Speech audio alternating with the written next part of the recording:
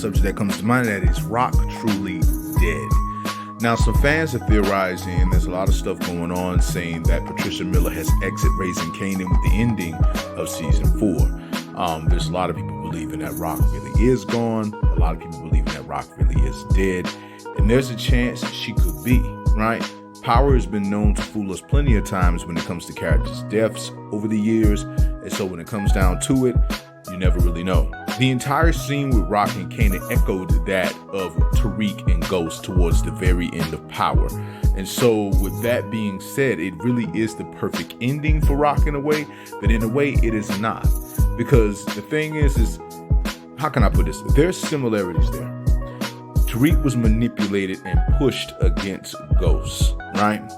Kanan was in his ear. Tasha was in his ear.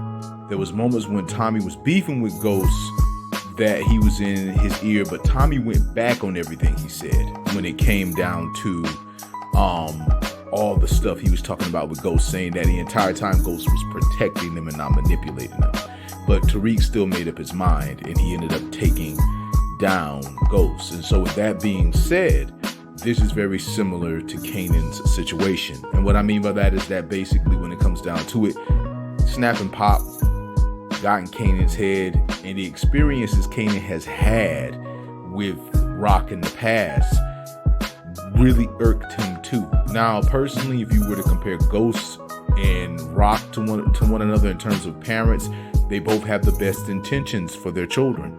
Ghost's intentions were the best for Tariq, the same way Raq's intentions were the best for Kanan. Raq's approach was colder because she was running it like a leader, where Ghost's intents seemed selfish at times, but still he was running things like a leader. And so with that being said, though, this could be Raq's death. This could be her fate. This could be the end of her.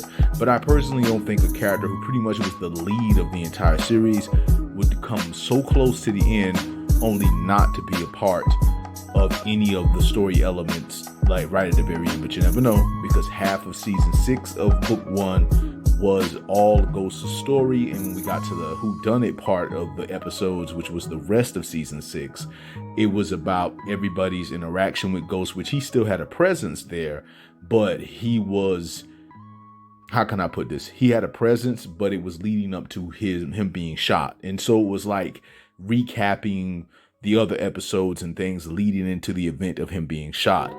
So when it comes down to it, if Raq was to show up in Raising Kanan season 5, what if they do with her what they never did with Ghost yet? And that is have her appear to Kanan in dreams, or appear to Kanan in memories, or trying to advise him, because power is not beyond Ghost showing up. And I'm not talking about the Ghost character, I'm talking about different Ghosts showing up at different times, talking to characters at times. So if Raq really is gone, because there's also a similarity of the situation with Angela when she got shot, where some fans were debating, was she really gone?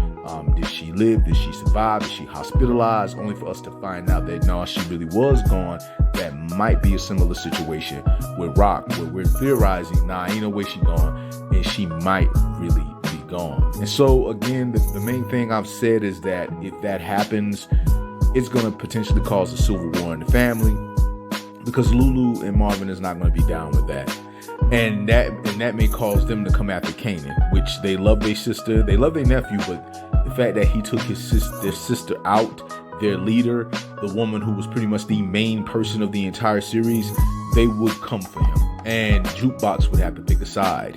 There was a moment in Power Book 1 where Jukebox told Kanan, remember what I gave up for you, and this may arc him back to her maybe having to have a face-off with Marvin, which, let's just be honest, Marvin would not want to kill his daughter. Even if she decided she wanted to side with Kanan, he would literally let his daughter take him out before he does anything to her. And this may prompt Kanan to take out Lulu, pretty much finishing their own family and becoming the Kanan and Jukebox we know them to be, as they join Breeze's group and become who we know them, or start the story of who we know they eventually become. And so with that being said, if Raq really is gone, and Kanan is moving on and everybody's moving on, it is going to be a little civil war in their family, I think, and it's going to be some situations, because remember, Unique's son and his old lady has been kidnapped by Lulu. Remember that pretty much, Unique's peoples and all them started attacking all the spots Raq had. And also remember that that basically Stefano was stabbed, but apparently he didn't die. So that we did get confirmation on, that Stefano is not dead.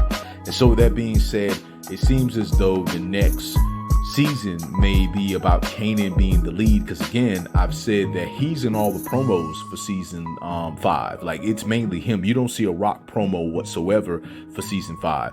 And so with that being said, there's a chance that Raq might be gone. So we're going to see. I just want to say to all of you that it is your boy Bobby Beast here. I just want to say much love, much respect, hold it down, and